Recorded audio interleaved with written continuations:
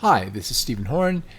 This is a video I recorded for a member program on my website, stephenhorn.com, called The Holistic Perspective on November 11th, 2014, called Grateful in All Things. Hey, good evening, everybody.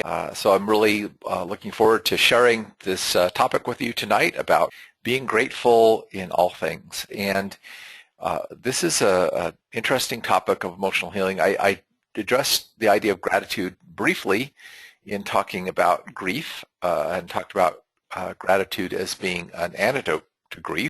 And I'm going to expand on those ideas in this particular webinar and talk a little bit more about how gratitude can be a healing influence in our lives.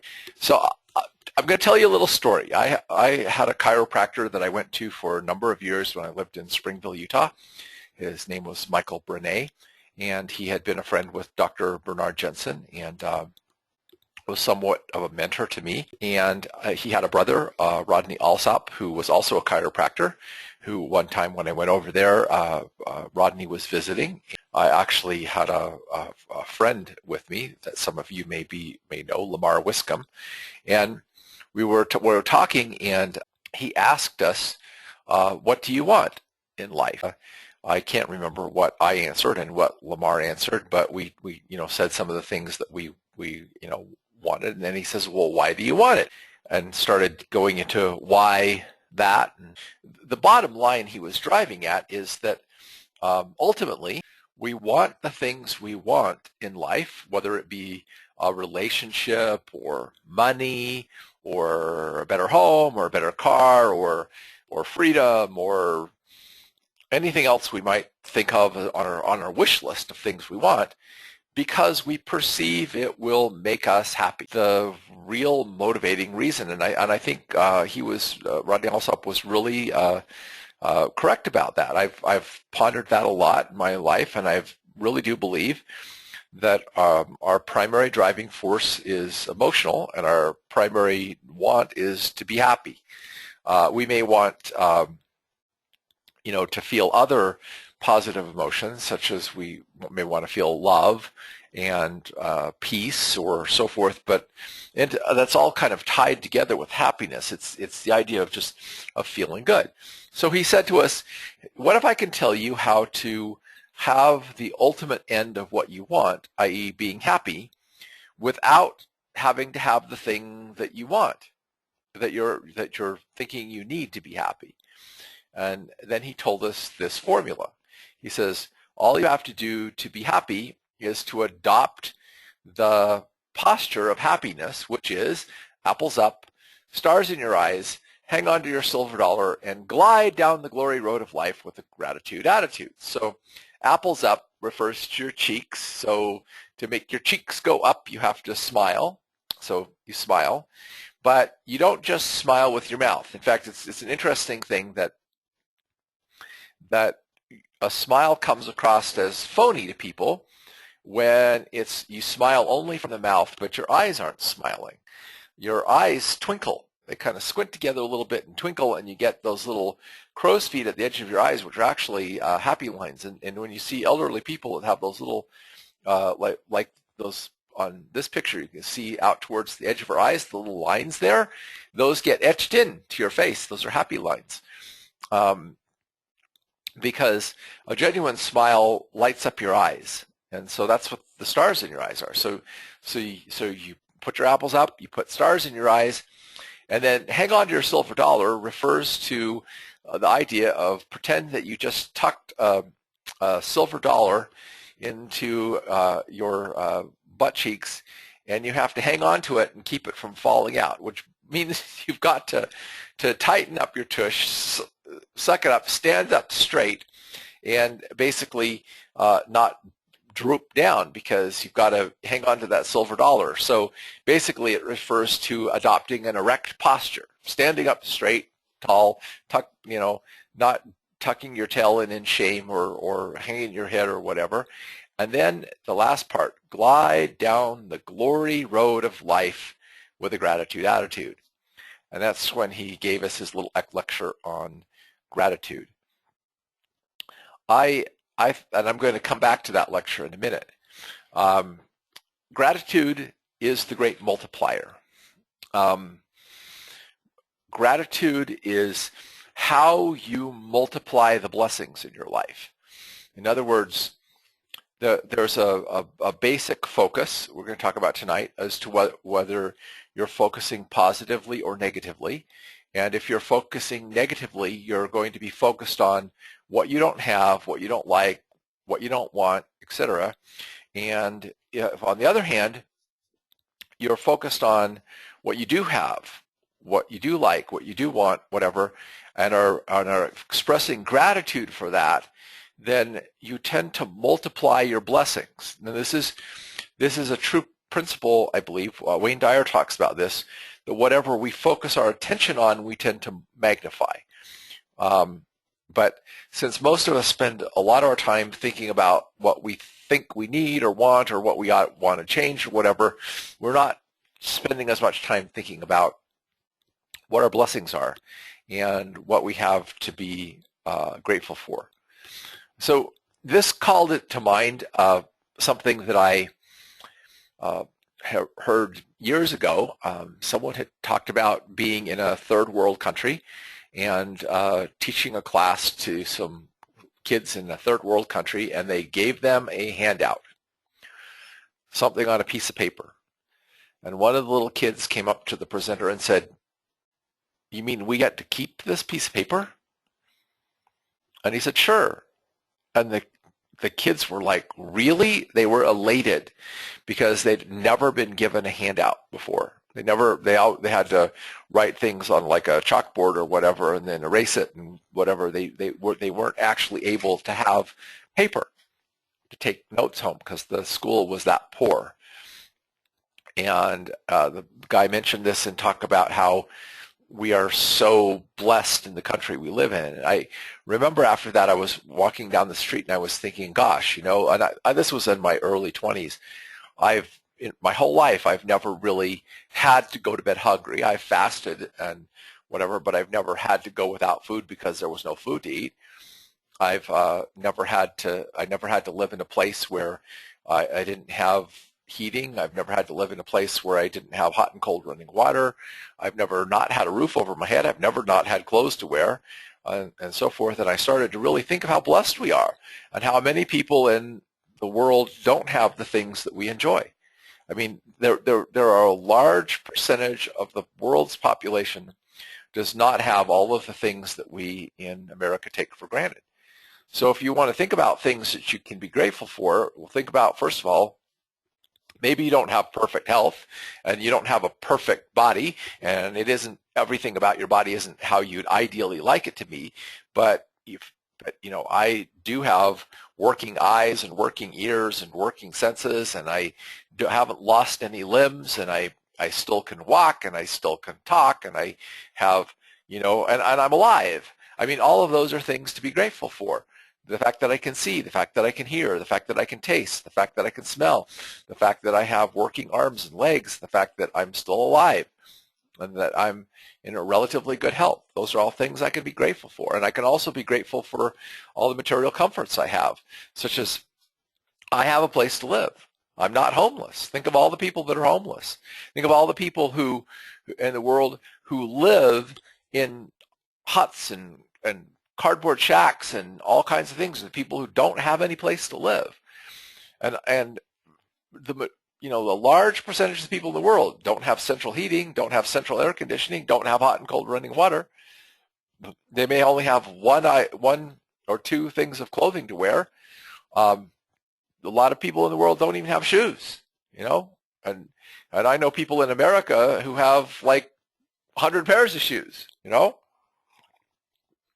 are people in the world who don't have shoes at all. Half the world goes to bed hungry every night. Half the world. And we in America are usually struggling with obesity because we have too much to eat. Okay? Most of us have a car. Most people in the world don't own a car. Most people in the world don't own a car. Most Americans, though, do. That's another privilege. If you have a job, Think of all the people who don't have jobs. If you have money to pay your bills, think of that. I mean, there's so many things that no matter what you don't have, if you look at all the things you do have, there are numerous, numerous things that you can be grateful for. There's a thing that the Buddhists say about thinking about all of the people who have helped you in your life. Whatever your caregivers, whether it was your parents or somebody else who changed all those diapers when you were a little kid. I mean, for you to survive infancy, somebody had to do something to at least halfway take care of you. Um, and if you got an education, there were lots of teachers who taught you. There were lots of other people who have been willing to exchange goods and services with you in your life. So when you start thinking about that, you realize that there are hundreds and hundreds of people who benefited your life, that hundreds and hundreds of people that you would not be where you are today if you had not had their help. In fact, I've been contemplating this idea, just looking at all of the people in the world who are doing services so that we can enjoy the things we enjoy. I mean, like traveling in the airport. There are the people who are checking you in. There are the people who are taking care of your luggage. There are the people who are monitoring the control towers, all these things. All these people yes, they're doing jobs, but if they weren't doing those jobs, if they weren't performing those services, we couldn't have the things we enjoy. It takes all of these people working together and adding things that make our lives wonderful. So you can sit and think, wow, I'm so grateful that I live in a culture where we can enjoy all these benefits, where all these people are willing to contribute to what we have. If you open your eyes as a child, you probably delighted in things in nature. As adults, we get jaded. You get used to seeing it, so it's just one more sunset, it's just more flowers, it's, whatever. Hey, it's raining today, oh, it's crappy, whatever. But if you really open your eyes and think about it, wow, look at an amazing sunset or a beautiful flower or sunshine or rain or trees or grass or the ocean or the mountains or whatever. And really just, instead of just dismissing it in your head, really look at it and see its beauty and open up your heart and be grateful. Wow, look at this beautiful world that we live in. All the beautiful things that are in the world. Even when human beings are making a mess of things, there are still flowers growing. As the poet Robinson Jeffers said, to equal a need is animal, vegetable, mineral, but to fling rainbows over the rain and hidden rainbows on the domes of deep seashells, and not even the weeds to multiply without blossom, that's divine. God's signature is the beauty of things. And if you open your eyes and start looking around you and seeing all the beautiful things there are in nature and in the world, that line from that poem, whenever I see something beautiful, I think about that. There's God signing his handiwork. Wow, aren't I grateful for this beautiful creation that I get to experience, you see? And then there are also immaterial things that you can do. Do you have an education? Can you read? Can you write? Can you do basic math? Do you know how to use a computer? Did you acquire skills? You were able to go to school.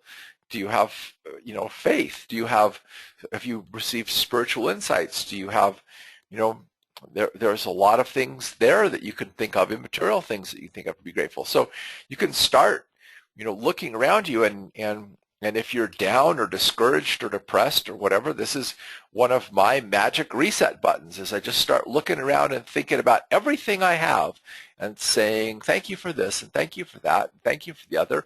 And pretty soon there's no room to be sad or unhappy or depressed, because I'm back on the road of gliding down the glory road of life with a gratitude attitude, because I'm seeing all the things I am blessed with, all the things I have. And that totally changes your attitude. But Rodney Alsop didn't talk about what I just did. He said you should be grateful for everything. That the gratitude attitude was to be grateful for everything that happened to you. And he said, he gave you the example. He said, suppose you have a flat tire, okay? And he said, how can you be grateful for the flat tire? And he says, well, how do you know that that flat tire didn't prevent you from getting into an accident that was going to maim you or take your life 2 minutes down the road? How do you know that that flat tire didn't delay you so you could meet someone important who was going to play an important role in helping you get where you want to be in life? How do you know that the flat tire isn't actually a blessing in disguise? That's an interesting way of looking at it. That also stuck with me a lot. And several years later, I was in an emotional healing class, and I actually mentioned this, and a lady told me a story. She had had grown up in a very dysfunctional family. Her dad was an alcoholic, came home and beat them and their mom, and her mom, in order to escape dad, went out and partied and caroused and went out with other guys, and finally, I don't remember what happened that broke up their family. I think her dad committed a crime, went to prison, and mom went and dumped her and I think one of her other siblings off at an orphanage, put on the steps of the orphanage, and just said bye. So she grew up in the orphanage, and then she left when she was like 18 or 19. As soon as she could get out of there, she left, got married to an alcoholic who did to her what her dad had done to her mom, and so forth, which is a very common kind of thing to have happen. But her healing started, this is no joke, with a flat tire. She was driving down the road and she had a flat tire, and that flat tire was right in front of the orphanage that she had been dropped off as a 6-year-old. And when she went to go check the spare tire was flat. So she didn't have just one flat tire, she had 2 flat tires. So she had no choice but to go, this was before cell phones, right? She had no choice but to walk up to the orphanage so she could make a phone call to try to get help.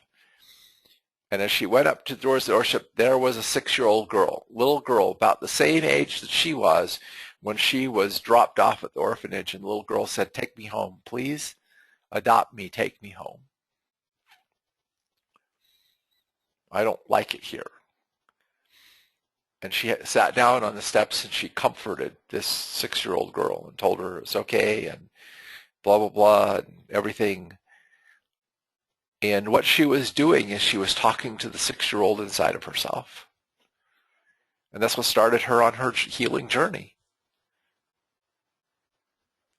to heal from what she did growing up. So that flat tire, she says, was the biggest blessing she'd ever received. So how do you know that everything that you experience in life isn't actually for your good? So let's look at some things that, we might go, well, how can I be grateful for that? Let's start with something that I don't think any of us like, okay, is being criticized. How can you be grateful for criticism?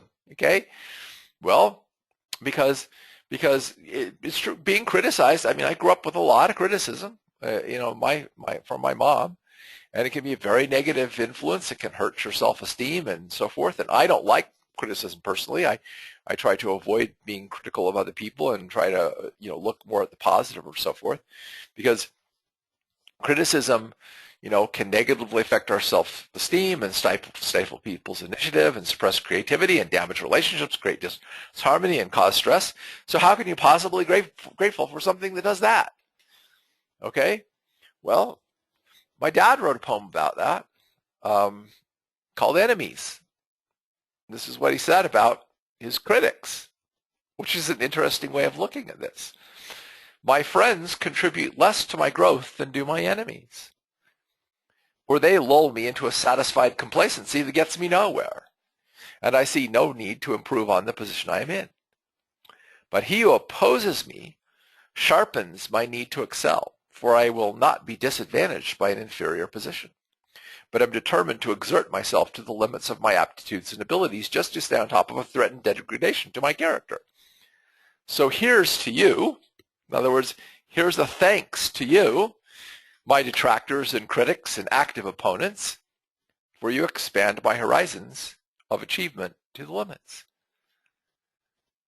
So maybe criticism can be a blessing in disguise if we see it in a different way, like my dad wrote in that poem. Stephen K. Scott, in Mentored by a Millionaire, says that befriending criticism is one of the most powerful things you'll ever do to be successful. And he gives some tips on how to befriend criticism, how to make criticism your friend instead of your enemy. And he gives 4 steps. He says the first thing you do when someone criticizes you is you consider the source. How qualified is the critic? Is the critic actually qualified to be making the critique that they just made? And if they aren't, then you could just dismiss it, right? But I mean, you know, I watched last night the Hotel Impossible show, where the guy goes into the hotel that's having problems, and of course he starts pointing out the things that are wrong and the things that are problems, and the owner got really upset because he was being negative. But you know, he eventually pointed out to him, I haven't said anything bad about you personally. I like you. I like the people in your organization and everything. I'm here to point out what's wrong. And I have to do that. And I may be a little blunt about it. But, you know, here's this guy is acting as a critic, as an expert who's trying to show someone what they're doing wrong that's impeding their progress. Now, if on the other hand, you have a critic who isn't an expert in that field, I mean, like someone criticizes you for how you're handling a legal situation and they're not an attorney and they have no expert in the law or whatever, then you can dismiss that. Also, you ask, what is the basis for their criticism? Or is the basis just because they're personally upset, so they're criticizing you to dump their, you know, emotional baggage on you? Again, you could just dismiss that. You know, but if their motive is, you know, do they want to help you or whatever, even if it's bad advice, you can at least be grateful for the fact that, hey, at least they care about me and they want to try to help, you know? And then you consider the accuracy of the criticism. Is the criticism actually accurate? Because oftentimes the things that sting because part of us down inside believes that they might be true. Well, are they true? You know, and you have to look at that. And if you kind of look at yourself with that, then you go, okay, maybe there is some accuracy here. Maybe there is, you know, some areas in which I can improve. It doesn't make me a bad person. It just means, hey, there's areas where I can improve. And then you take responsibility for your response so that you respond instead of react, because most of us just react to criticism by getting defensive and upset and so forth. And last, he says, you mine the criticism for gold. Is there something in the criticism that is valid that you can learn from to make you a better person? That's, and you know, I actually, as much as I dislike criticism, I actually long ago learned to look at criticism this way myself and say, is there something valid in this? Is there some way that I can improve or do better the next time? And I say that a lot of my personal growth has come because I've learned to befriend criticism. So can I be grateful for the critics in my life? Yeah, I guess I can. But as far as gratitude goes, okay, you know, I don't think that means that we should run out and start criticizing everybody. Unless, of course, we're giving expert feedback to point out how someone needs to change, who wants to change or theoretically wants to change.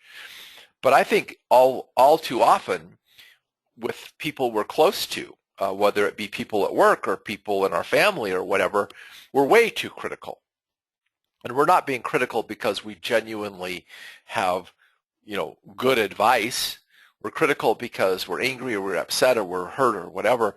But that does tend to destroy our relationships. So part of gratitude is, remember, looking at people around you, and even if you have conflict or problems with some people around you, look, are there things that they actually are doing for you.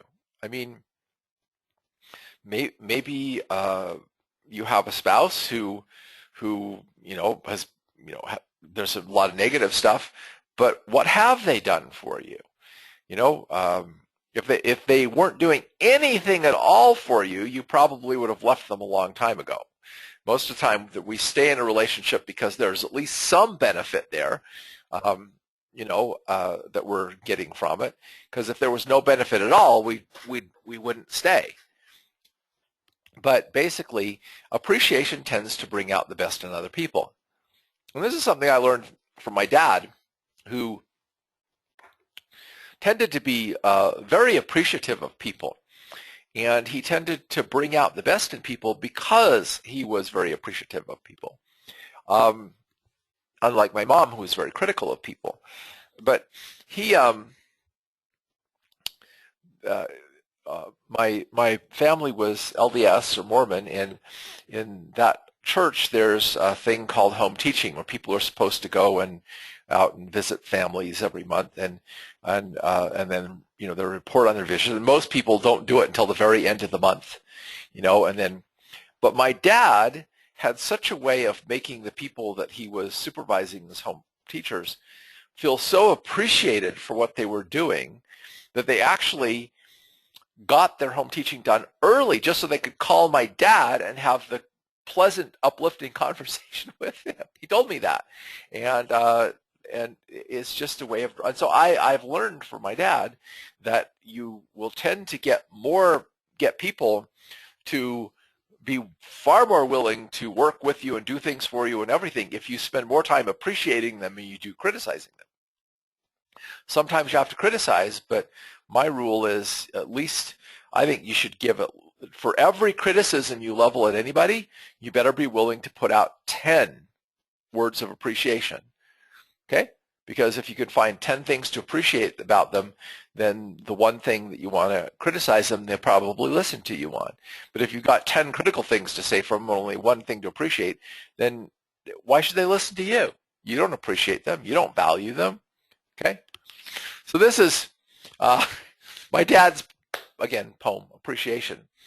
I do not underestimate my particular talent. Appreciation is the aptitude I have had from the beginning. Others excel at one endeavor or another: business, sports, music, writing, the dance. They hold their own in the complex doings of society. In these things, I am seldom more productive than a plant in shallow, unyielding soil. Yet at the sound of a great symphony, or hearing the magnificent words of actor or orator, or projected in the gravity-defying leaps and whirls of an exuberant ballet, I am a creature of soaring capability. My whole being responds like a good instrument in the hands of a master, as one possessed of unusual powers and vibrancy. I am somehow equal to the resourcefulness of the Creator. Great works require an audience of total dedication, and I am that audience as surely as any. A sounding board for the achievements of productive creative men, amplifying, reenacting, fulfilling the requirements of completely realized creations. Appreciation. Appreciation is a valuable thing. And this is, my dad wrote poems. Okay, my dad was a poet, obviously, and he would go down to the eatery in the mall in downtown Salt Lake, and he would scribble pieces of poetry that came to his mind on the back of napkins or paper sacks or other things. I don't know why he didn't carry a notebook with him, but he would just find whatever he had handy and scribble little pieces of poetry on it. And so he one day, and he'd throw away little things that he didn't do and keep that he didn't like and keep things he did. And one day, one of the people who came and cleaned up on the tables after the eatery, she said, "You shouldn't throw away those poems. They're good." Apparently she'd been reading his little snippets of stuff he was writing on the napkins. And so I often thought of my dad as the napkin poet. In fact, when he passed away, found bags of these like things of little scribbles of poems he'd done on all these little scraps of paper and napkins and sacks or whatever. It was really, really interesting. But he wrote this poem about the person who gave him said his poems was good. Praise at any level is food for the soul, but unexpected, unsolicited praise is sweetest, better than a sweet treat at an old-fashioned soda fountain, better than expensive gifts at Christmas time or a letter received from a dear friend. Praise, unsolicited, is like a message from heaven saying, you are appreciated here. It's like a pearl you've discovered in a drab oyster shell that glows the more because it is unanticipated. You can taste such praise. You can breathe in its fragrance. You can store it in your mind for future reference, like a treasure reserved for less fortunate days. It is recognition meant for you alone and no other. And you believe it with all your heart because there's no good reason not to. So, like I said, I think that part of gratitude is showing appreciation and praise and for other people that's not expected. So he dealt with criticism.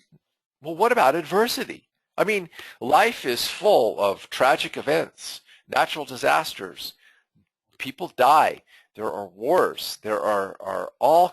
How can you possibly be grateful in situations like this? How can you possibly be grateful for tragedies, for difficulties and so forth that happen in your life, which leads into something that I want to talk about with this, which is the theological problem of suffering. I mean,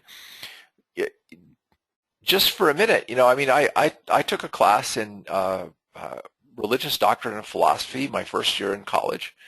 And one of the things we talked about is this theological problem of suffering, which is something that has, plagued mankind for a long time. If God is all powerful and God is all good, then how can he allow suffering and evil in the universe? And there's a lot of different people who have come up with different answers to the theological problem of suffering. And that suffering is an illusion, or suffering is the result of sin, that we trespassed against God, but then the question arises, well, if that's the case, how did God allow us to trespass against him? So the evil or suffering, wouldn't he want, it goes on and on. It was several hours of discussion, so I don't have time to go into this today. But I want to ask an interesting question. What if everything that happens is actually for our good? What if everything that happens in this existence, no matter how horrible or tragic or difficult it seems, is like that flat tire? It's really there to try to help us. What if it's all giving us feedback that is challenging us in a way that is trying to get us to grow and reach our maximum potential? If that's the case, then adversity and tragedies and everything are actually blessings in disguise. Sort of like the fact that if you see a tree in nature that grew, in really great soil and was pampered its whole life and whatever, it's not as strong as the tree that maybe had to grow in a really difficult circumstance and had wind buffeting it or whatever, because the adversity, the challenge the tree went through caused it to grow and grow stronger. So we're going to talk about this. I mean, when you refine gold, okay, you heat the ore to this extremely high temperature, which melts the gold, okay, and liquefies it. In fact, you do this also with silver, okay, or other metals. There were the little place where I live is near a place called Silver Reef, which is the and the Silver Reef itself. There's two ridges or two reefs. One is right behind where I live, and the other one is right behind that. Go over that and into a little valley, and then there's another ridge, and both of those ridges are sandstone, And this is the only place in the world where silver was ever discovered in sandstone. It's kind of an anomaly. And so their little town of Silver Reef, which is just up the hill from where I live, was founded to mine the silver. And there's a remnants of little mine shafts all in the hills behind my house. It's been interesting to go and explore them. They've blocked them all off, so you can't go into the shafts anymore. But one of my neighbors, before they did that, had gone in and looked around a lot. The whole mountain is just riddled with mine shafts. But you can see the remnants of the ovens they built where they would make the charcoal and then they get the billows and heat up the fire. And they burned, most of the timber off of the area to create the heat to melt the ore. And the impurities, as you are melting the ore, will rise to the surface where they get skimmed off, okay, until the gold or the silver is completely pure. All the impurities have been driven off by the heat, by the pressure. So the question becomes, is adversity the refiner's fire that purifies the gold of our own soul? This is the idea of the thing. And so here's a point to ponder. Wayne Dyer says that when you squeeze an orange, why does orange juice come out of it? Because that's what's inside of it, right? But when you get squeezed, that is when tragedy occurs or adversity occurs or stress occurs or whatever. What comes out of you? Fear, grief, anger, stress, pain. Well, we think, this is the way we think. We think, oh, well, the tragedies or the problems caused us to feel those things. But what if, and this is what I actually started to figure out from emotional healing. After I did emotional healing for 20 years, I started to understand something that I hadn't understood before. And it was this, that those circumstances are not causing those feelings in those people. They're revealing that.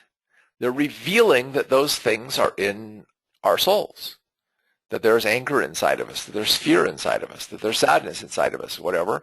And it's bringing it to the surface so that it's giving us the opportunity to learn to deal with this and release it and get it out of ourselves.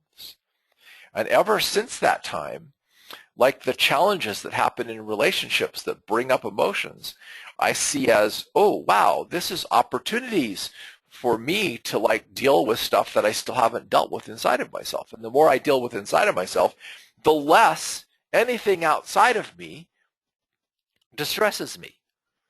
And I've been working on this for a number of years now, on this hypothesis, that what is happening to me and what is happening in the world and the feelings that are arising in me as a result of it are not because of what's happening.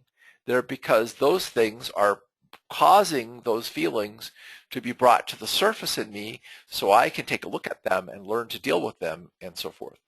And that's been an interesting shift in my attitude because, and part of the reason why I believe it's true is because not everybody reacts the same to the same situation. If everybody reacted identically the same to the same circumstance, then we could say, yes, the circumstance causes these feelings in people. But since different people have different emotional reactions to the same event, the emotional reaction is what is coming from inside of them, from their own soul and their own way of thinking.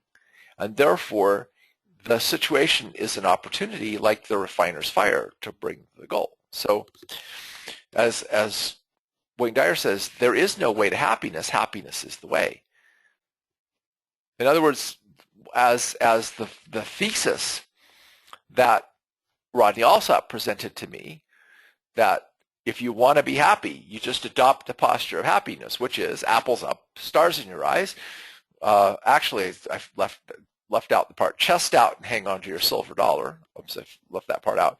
and glide down the glory road of life with a gratitude attitude, if that's happiness, then happiness does not have to be dependent on what's going on outside of ourselves. It's something that we generate from within.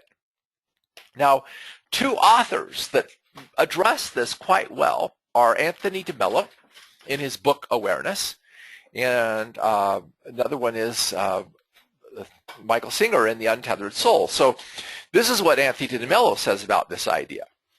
He says, here are 4 steps to acquiring wisdom. First is to become aware of your own negative feelings.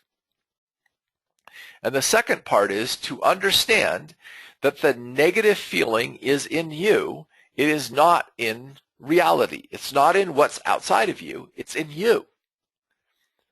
So trying to change reality will not change the negative feeling inside of you, because the feeling is not in reality, it's in you. So therefore, if you look at it and go, okay, like I said, this difficult circumstances are revealing that I have this feeling inside, okay, then this becomes an opportunity for me to deal with this feeling. Then this is the next step. Never identify with the feeling. In other words, the feeling is something you're experiencing, but it is not you. And if you resist it, if you say, I don't want to feel this feeling, I don't like this feeling, I'm going to deny this feeling, I'm going to try to make it go away, I'm going to whatever, it will persist. And this is the core principle I learned in emotional healing, that what you resist in terms of your emotional responses will persist. And the more you resist it, the stronger it will become. But if you just step back from it and go, oh, I'm experiencing anger right now. There's angry feelings rising inside of me. What's that all about? And you just start looking at it, it can flow through you, and out of it, you acquire wisdom. That's why I like the idea that he's saying this is the steps to wisdom. You acquire wisdom because you see the world differently when you allow the feeling to pass through you instead of resisting it and fighting it. And then he says that then you, from your newfound awareness of what you have when you don't resist the feeling and you just observe it and you see what's going on inside of you, you change yourself. You use this as an opportunity to gain insight into yourself, and you change yourself instead of trying to change others. And he says, this is a quote, you keep insisting, I feel good because the world is right. Wrong. The world is right because I feel good.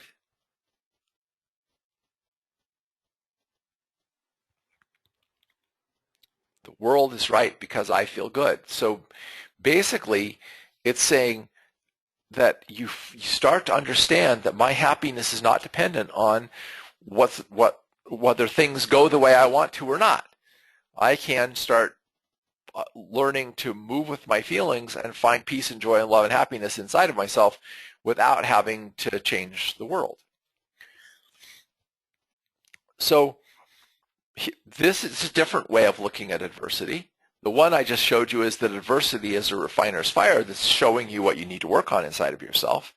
But there's also a compensation factor in adversity that both Napoleon Hill and Ralph Waldo Emerson talk about.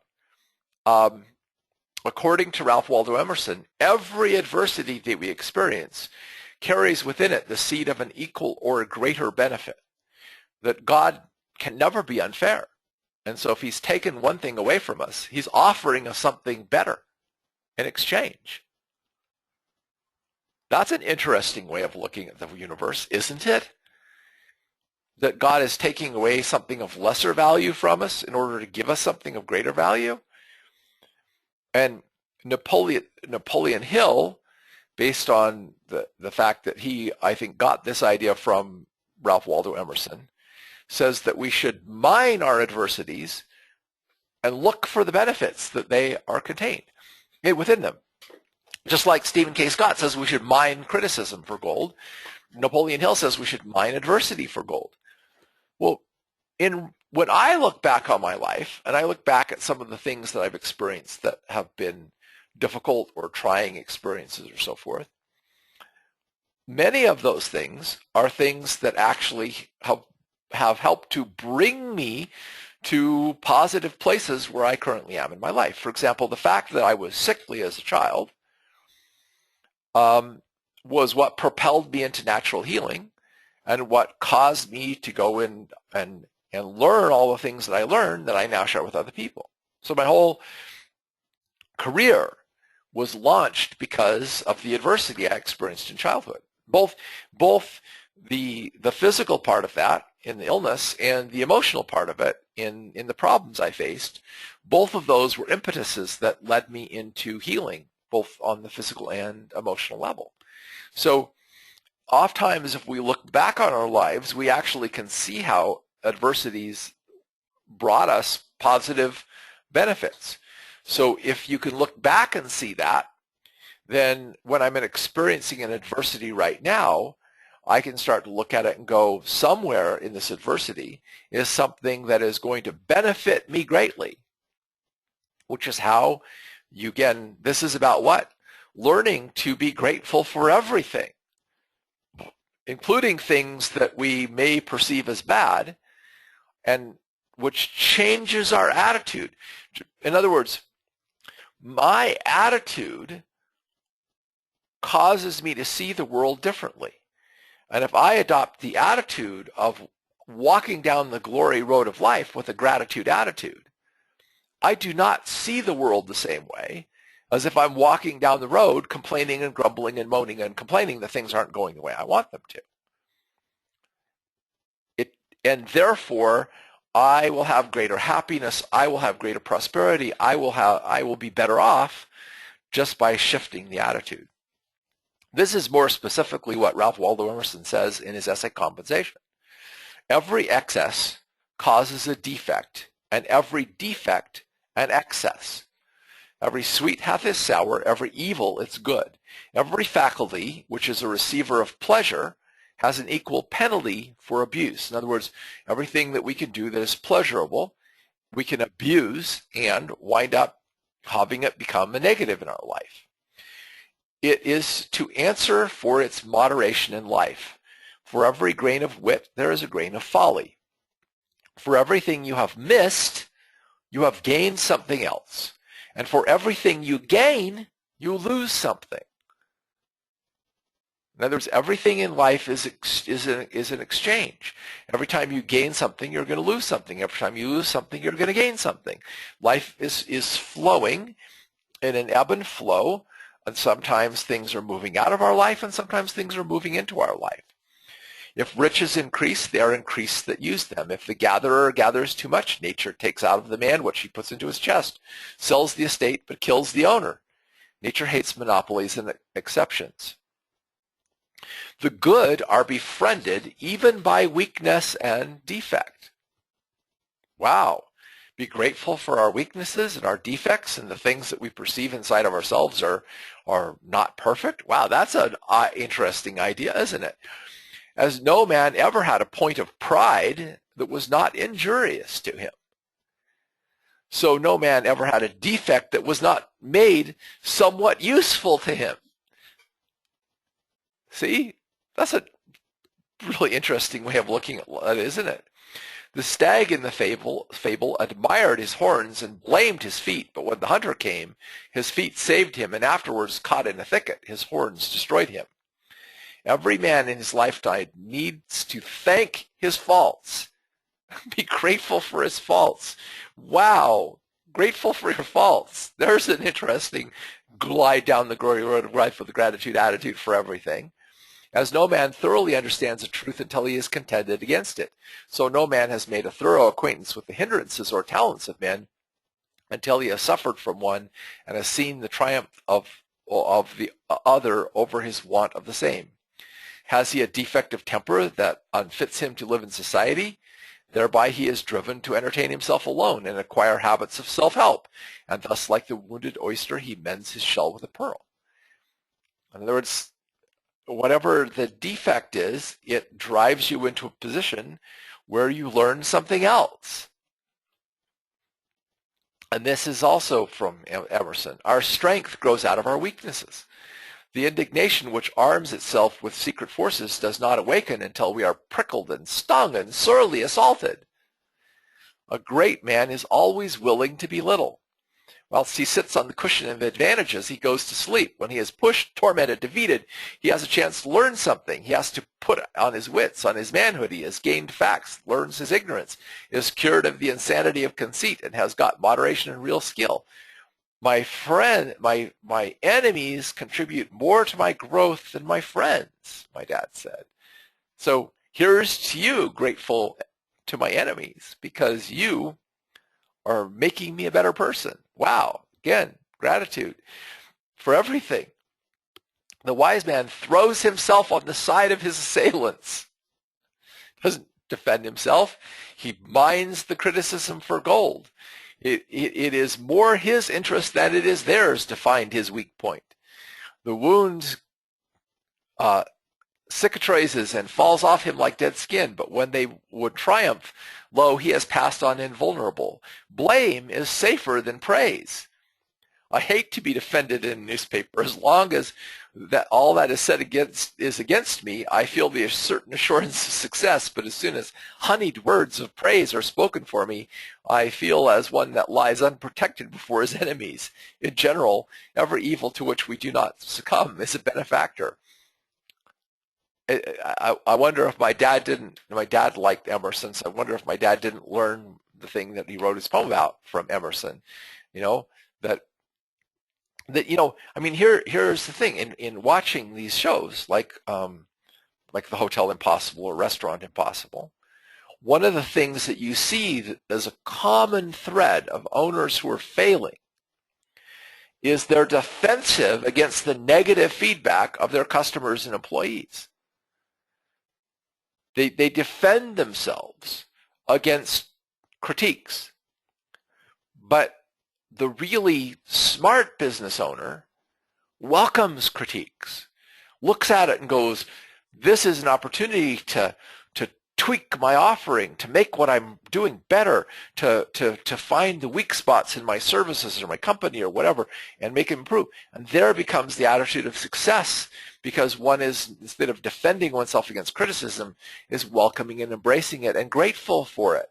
Thank you for pointing that out to me. Okay? Now, ultimately, this is a book I really love, Sons of God by Christine Mercy, and this is what she says in this book. It was then that I understood pain, suffering, and heartbreak in their true life, not as punishment sent by God, but as blessings. For in them were contained the very keys of progress, light, power, and complete dominion. In themselves, they were just what they appeared to be, unbearable burdens. But when accepted, when accepted and enfolded in the faith and love of man, they can be transmuted into utter eternal glory. Man has true dominion over them if he will but use it. They contain the power to turn darkness into light, poverty into plenty, heartbreak into ecstasy, and pain into joy unspeakable. In man are the keys and the power and the dominion to rule over them, to subdue them, to glorify them, or to be destroyed by them. And what causes us to be destroyed by them is not to embrace them, to resist them, to fight them, instead of embracing them with gratitude and saying, what is this trying to teach me? How is this trying to help me grow? What is it? In other words, seeing it in a positive life as a blessing. Every burden, every fear, every heartache, each quivering agony of distress and anguish can thus be offered up whenever they appear or accumulate on life's road. And as they are let go of, released without strings or restrictions to the Lord, they become sanctified and transmuted into unutterable glory and everlasting power. If man could only begin to comprehend the inestimable worth and value of that which he so intensely and violently resents and rejects, he would know that within the difficulties lie the leverage to lift the world.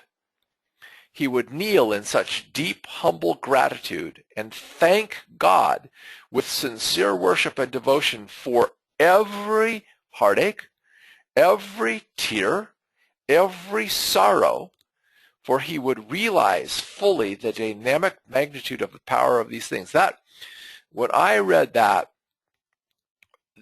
more than what Rodney Alsop had said earlier, more than what I had contemplated earlier, that struck me. That if I could see the real worth of the tragedies, the difficulties, the sorrows, the pain, everything that happens to me that I am interpreting so negatively, that I would get down on my knees and I would thank God for it. So I started when things happen, and I don't always do this immediately. I often will wallow for a few weeks or a few months or whatever in my misery or unhappiness. But when I catch myself, I stop and I say, okay, God, I'm grateful for this problem. I'm grateful for this suffering. I'm grateful for this difficulty. What am I supposed to be learning from it? How can I turn this to my benefit? What is the thing that this is trying to teach me? How is this trying to help me? And that attitude, when I adopt it, transforms it into something that helps me grow and be a better person. So this is what a poem that's in that book. I shall take all thorns on which I tread and weave a crown of glory for my head. The way of deepest darkness, black night, I shall dispel thy gloom, disperse it by my light. The heartbreaks, the tragedies, the sorrows and the tears shall be the shining glory of the coming years. The troubles and despairs I meet along the road shall be the leverage to lift the load of utter desolation which I am called to bear. And so I glorify all troubles with a prayer of deepest gratitude. I glorify all troubles with a prayer of deepest gratitude, exalted by my praise, and thus God walks with me in all my ways, and only power enfolds me as I move along in winged feet in rhythm with the angel's song. All darkness has been conquered, gone is the night. I walk in glory and am clothed in light. There's a hymn I grew up with that said, when upon life's billows you are tempest tossed, when you are discouraged thinking all is lost, count your many blessings, name them one by one, and it will surprise you what the Lord hath done. I truly believe that one of the most healing attitudes, one of the most powerful attitudes, one of the most powerful influences for healing is gratitude.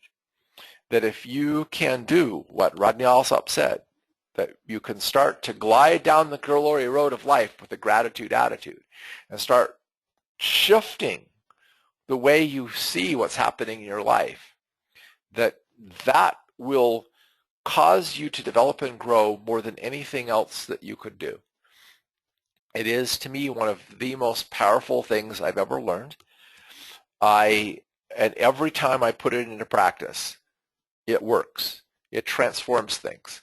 And I have quite literally, like I said, in very, very many difficult circumstances that other people would look at like, wow, that's horrible, blah, blah, blah, blah, and whatever, by actually taking and adopting the attitude of gratitude, that this flat tire is good for me, that this challenge that I just faced is good for me somehow, and I'm grateful for it, and whatever I've got to learn from it, I can have gratitude.